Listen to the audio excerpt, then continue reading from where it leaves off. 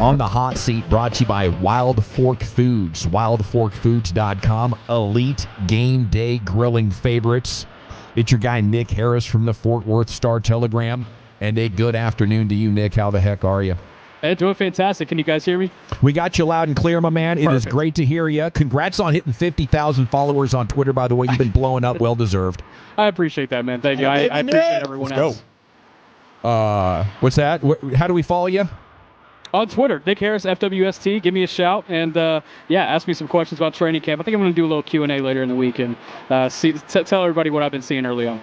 Well, I can't wait to talk ball with you right here. I know there's a lot of other drama going on, but, man, what are you seeing and hearing from the offense that you like, and what are the benefits that we could see as a result? Yeah, I think the offense, it's definitely a slow burn at the moment. You know, the quarterbacks are a little erratic on these first 2 days. I thought they were much more controlled today, but that's to be expected. I mean, these guys haven't put routes on air since their Georgia trip, which was the beginning of July. So it's been a few weeks, and, you know, coming out to California, air's a little bit different out here. Sorry, fellas, it feels fantastic. But I think with as a few days go by and as the pads come on, this offense will find a little bit more synergy and it'll work out. But you've seen George Pickens active quite a bit. There hasn't been a disconnect between him and Dak Prescott too many times. There was one route yesterday where they were off page a little bit, but other than that, they look pretty good. CD looks pretty good. He had a tunnel screen that he took today to the house that he would not have been tackled on had there been pads on. Even put Kalen Carson in the dirt and then finish it off with a celebration with George Pickens in the end zone. So definitely exciting to see. I think you talk to these guys, they have the excitement too. There's a lot to like about this offense right now, but it's just going to take a few days for them to find some synergy. Nick, I want to talk a lot of football with you, but you were right there for the post-game or post-practice conference with Diggs and with Micah Parsons. What were your takeaways? Because that was pretty much unlike anything I've ever seen in terms of a back and forth with a couple of players directing their shots straight at ownership. Yeah, I got to give Micah and Trevon credit because they're trying to beat Jerry at his own game, and that's negotiating with the media. We just got done talking to CeeDee Lamb, and he said, you know, I understand what's going on here. You know, I don't like the back and forth in the media and the negotiating with it, but that's part of it. He's like, I don't recommend it, but I get it. And, you know, he's fully in support of Micah. But back to the conversation from yesterday, from Micah's standpoint, it was the first time that I could really sense that there was doubt that he feels like a deal is going to get done. How much do I believe that he has doubt? I don't know about that. You know, you still ask me, I still believe a deal gets done with Micah Parsons. Granted, the team has a lot of control in this situation. If they choose to, they can let him play out this final year and then choose to franchise tag him going into 26. But I still believe that a deal gets done here. It's just a matter of time and when.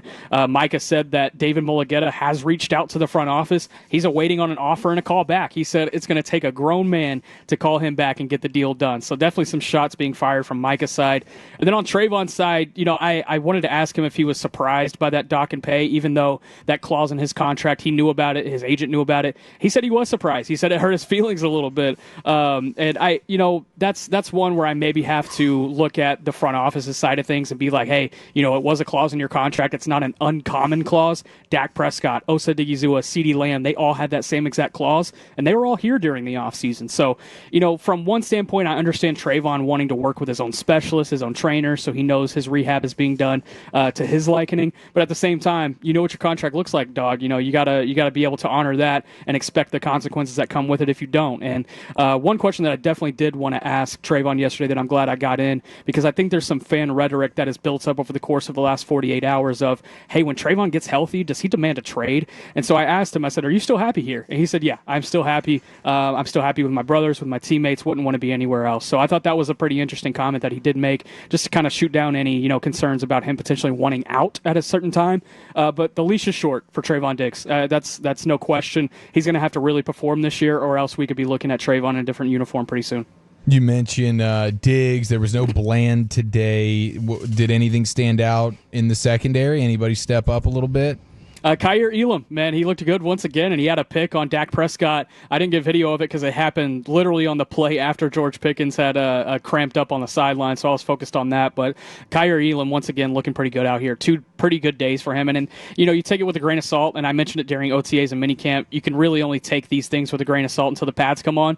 That's going to be the really big test for Kaiir Elam. But if you ask me right now, he is comfortably in the driver's seat to be on that opposite side of DaRon Bland when the season starts if Trevon Diggs is not available. Nick, you had an opportunity to scout Donovan Ezaraku from Boston College when we were working on the draft show.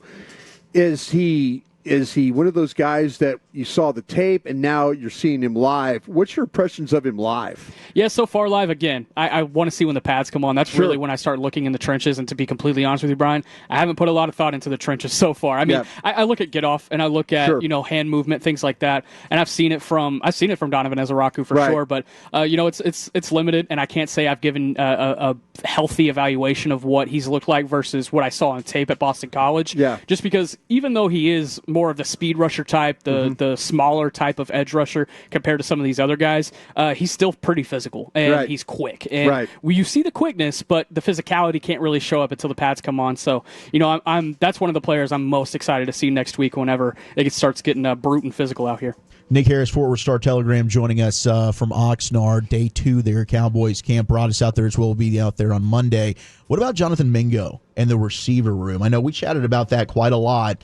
Felt like they were going to give Mingo every opportunity to earn that third receiver spot. What have you seen from him in 2 practices? Yeah, it was a good day today for Jonathan Mingo. He was able to haul in receptions from Dak, from Joe Milton, looked really comfortable with multiple different units, and I think that's really important when you talk about a wide receiver 3 type of role, and I think that's maybe where Jalen Tolbert had his growth stunted a little bit coming into year 2, was a sense that he was, getting all these reps with the first team, and then, when the second team would come in, he would still kind of be behind the 8 ball a little bit, but I think with Jonathan Mingo, he feels really comfortable with both squads, with both units.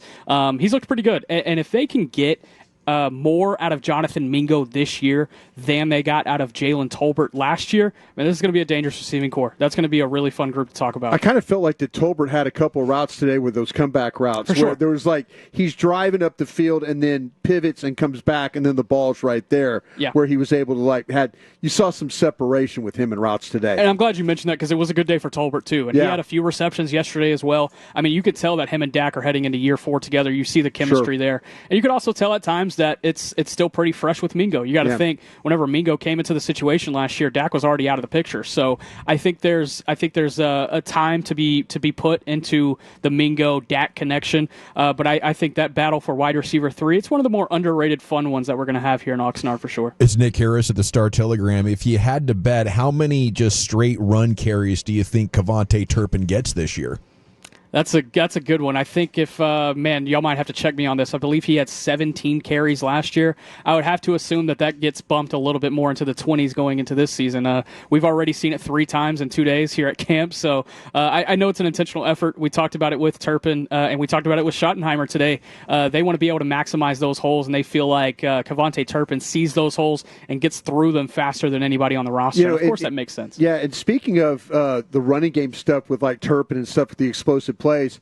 Yesterday was kind of an explosive day with the offense running the football. Yeah.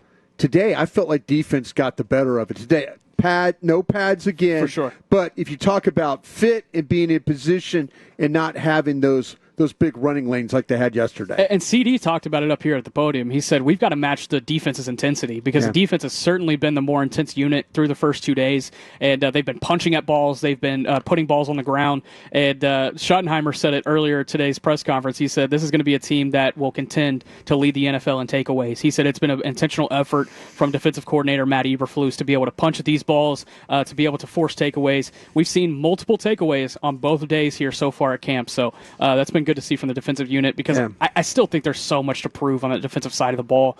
I think the edge rusher department is probably the only one you don't really have a question about. Yeah. If you have a question, it's about who's starting behind Micah Parsons, and that's a good problem to have. Other than that, there's a lot of bad problems on that defense. I kind of feel like that Murray's off to a pretty decent start for him, though. I mean, maybe expectations were not as much, but the last couple of days, I kind of feel like that he looks like a guy that, as a veteran player, knows where he needs to be, tagging off and doing those kinds of things. Yeah, and you could tell he's been in the league for quite a bit, and you could tell he had a lot of experience even before he got into the league. That was one of the big calling cards that he had coming out of Oklahoma was the experience he had at that position. But, I agree with you in the sense that when the pads come on, we're really going to find out about these linebackers because Schottenheimer's been talking up Jack Sanborn quite a bit. We've heard his name quite a bit as well. So Maris Leofau has gotten a lot of love from these guys too. So the linebacking unit is going to be interesting for sure.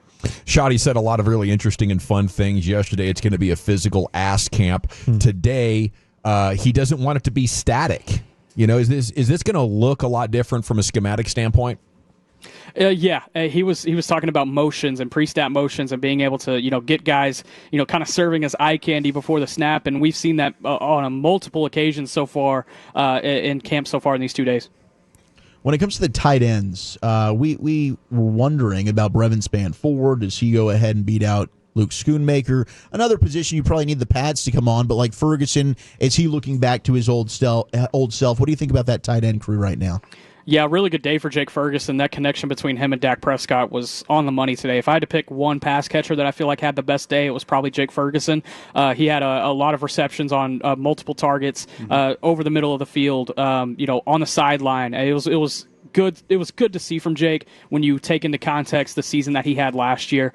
And then talking about the picture behind him, I think Brevin Spann-Ford is comfortably in the driver's seat to be that tight end too. I think he's taken a step forward in the receiving department. They already trusted him in the blocking department. Right. Schoonmaker's got some ground to make up here, I believe. Yeah, I think the thing that was interesting, Spann-Ford, there were a couple of different times where Dak had to roll to his left and Spann-Ford along the sidelines. And the thing we were always worried about was how comfortable is Spann-Ford catching the football? Yeah. With the hand placement and stuff like that.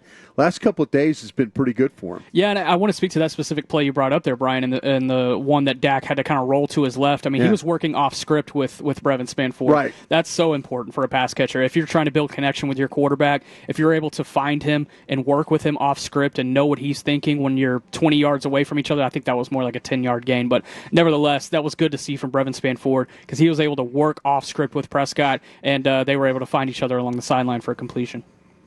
Nick Harris, Star Telegram, here with you in the Gbag Nation. Thanks again, man. Doing a heck of a job, and I assume we'll see you next week when we get out there. Absolutely. Bring the party, fellas. We're trying to have some fun out here now. We're ready, buddy. We're ruddering it up.